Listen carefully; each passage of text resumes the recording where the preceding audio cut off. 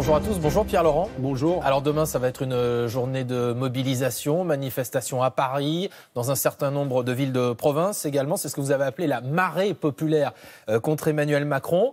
Beaucoup de mobilisation, lui ne bouge pas d'un pouce. À quoi ça sert cette mobilisation ?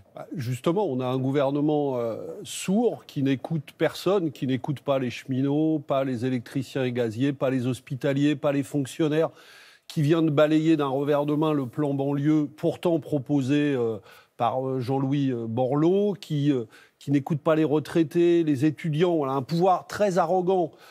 Donc il faut unir nos forces pour essayer de faire entendre ce qui monte dans le pays, c'est l'exigence d'un changement de cap social qui est possible, parce que nous sommes un pays qui a les moyens de ce changement de cap social, mais évidemment, il faut arrêter de servir les plus riches, les dividendes, les actionnaires, il faut faire d'autres choix. Pourquoi Emmanuel Macron vous entendrez davantage maintenant ?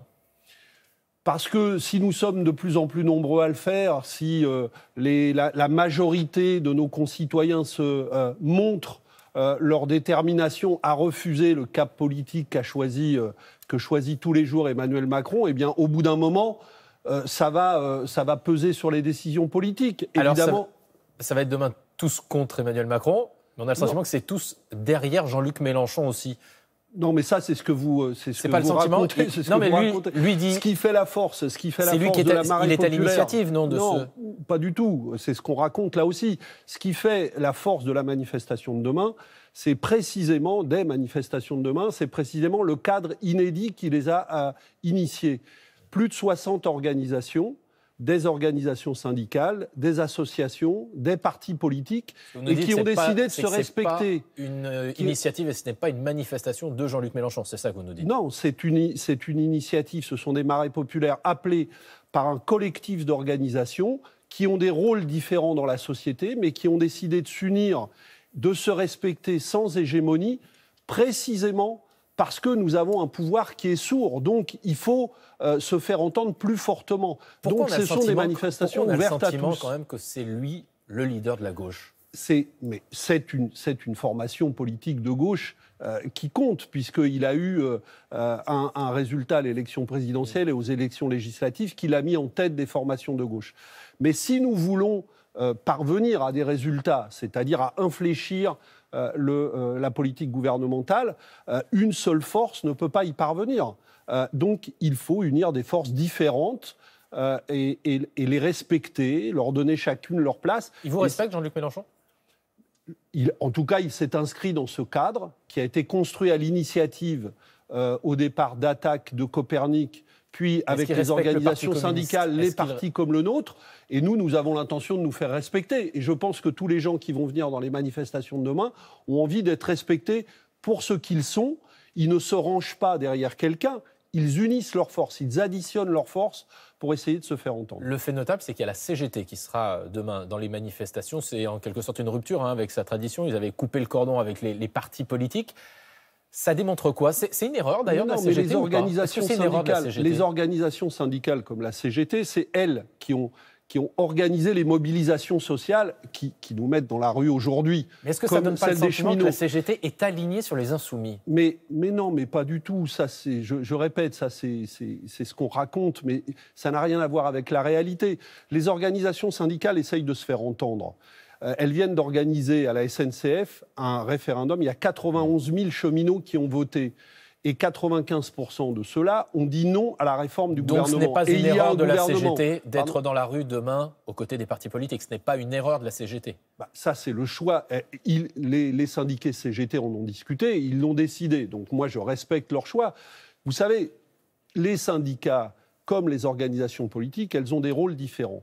Mais elles sont amenées à poser des problèmes convergents. En l'occurrence, quel doit être l'avenir du service public ferroviaire ?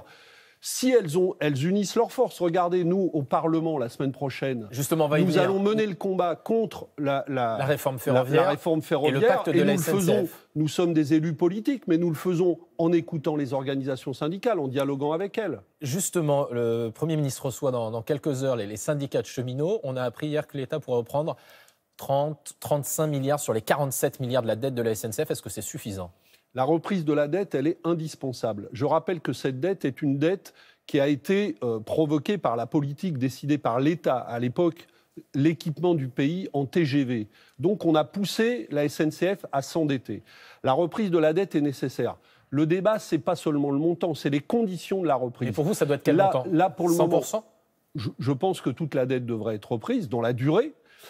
Mais les conditions de la reprise sont très importantes. Parce que là, le gouvernement reprend la dette, mais non pas pour financer le développement du service public ferroviaire, mais pour en quelque sorte nettoyer les comptes et ouvrir la situation à des opérateurs privés qui vont déréglementer le service ferroviaire. Nous voulons une reprise de la dette à 0%. D'ailleurs, c'est possible parce que la Banque centrale européenne verse des dizaines de milliards aux banques à taux zéro. Donc, on peut reprendre la dette à un niveau très, très bas, donc restructurer le paiement de la dette pour que ça ne pèse pas sur les comptes publics et sur les contribuables.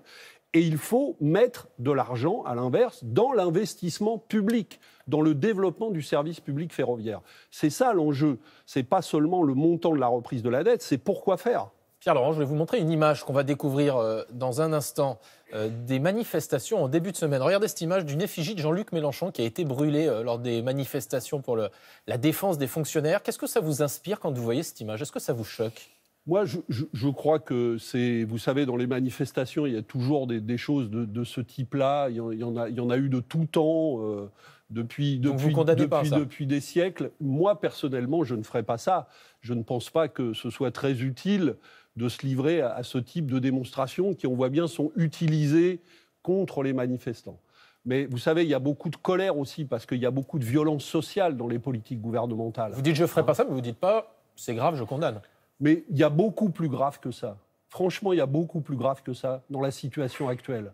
Quand vous avez un gouvernement qui, il y a quelques jours, alors que des dizaines, des centaines d'élus, d'associations avaient travaillé pour le plan banlieue, et que le gouvernement Emmanuel Macron fait un grand discours pour dire « moi, je balaye tout ça d'un revers de main ». Vous comprenez la colère des maires. Et je laisse les gens qui vivent dans ces banlieues, c'est-à-dire 15 millions de Français, dans la situation d'inégalité dans laquelle ils se trouvent, ça me met profondément en colère. Ça ne me conduit pas personnellement à faire ça, mais il faut comprendre qu'il y a aussi beaucoup de colère et que la violence sociale vient très souvent du gouvernement.